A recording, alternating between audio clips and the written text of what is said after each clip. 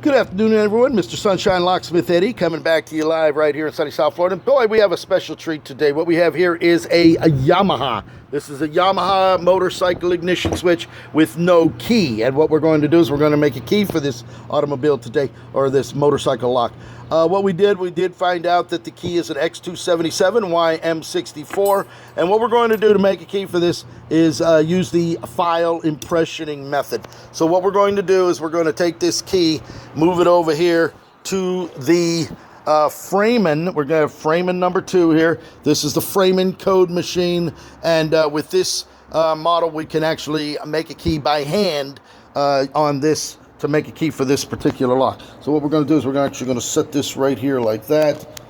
Hopefully we get the opportunity to see it. Okay, what we're going to do is we're going to put a mirrored finish right here on this key. We're going to put a nice smooth finish so we can see the impression marks on this key blank.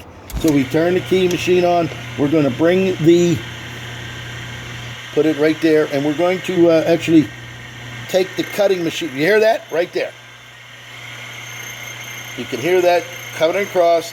We're going to take it all the way across that blank so that it'll be easier to see the marks when we begin to impression this lock.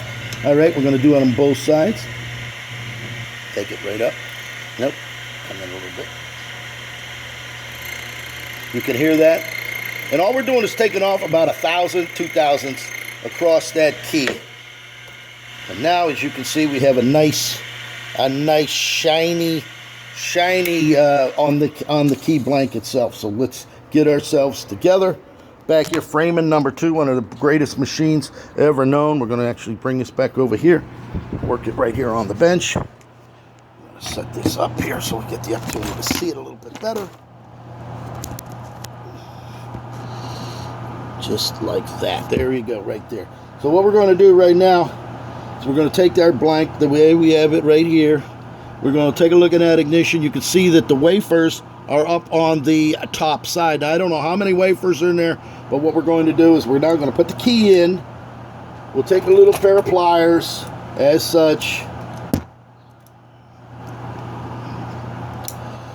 to get that key, so we have a little bit of tension to be able to put on that key as such, just like that.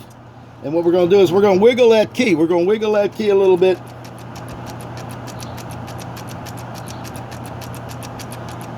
Just like that. Wiggle it around a little bit. I'm going to take it out, and we're going to take a look and see the marks there. As a matter of fact, you can see one of the marks right there. It's very faint. I don't know if you can see it. Might not be able to zoom in that one. There's a mark there, and it looks like there is a mark right there. So what we're going to do now, we're going to take that file, and where we see those marks is where we're going to file that key. So what we'll do right now is we're going to take it. Let's see, where did I see that mark?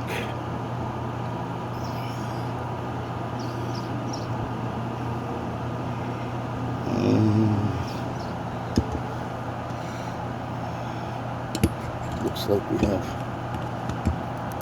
Take this off so I can work it a little easier. Looks like we're going to file it.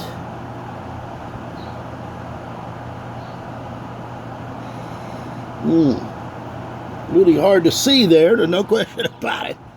We might have to file it again. Or put it back in the key to make it again.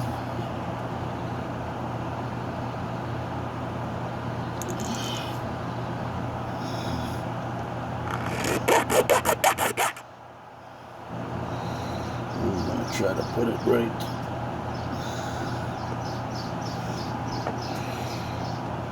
That other key. Looks like it might be right there.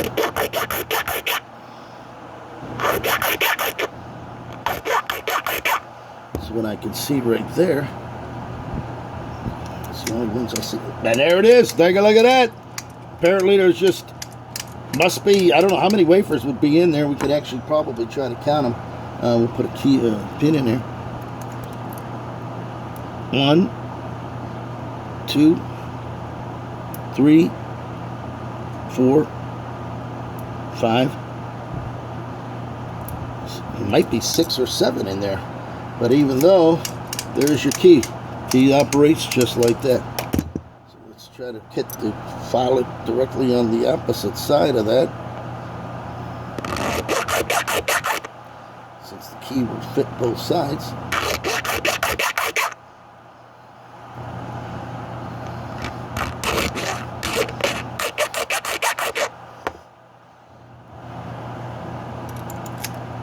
And there's your key. One side, other side. There you go. All set. There it is. Impressioning a Yamaha ignition switch key.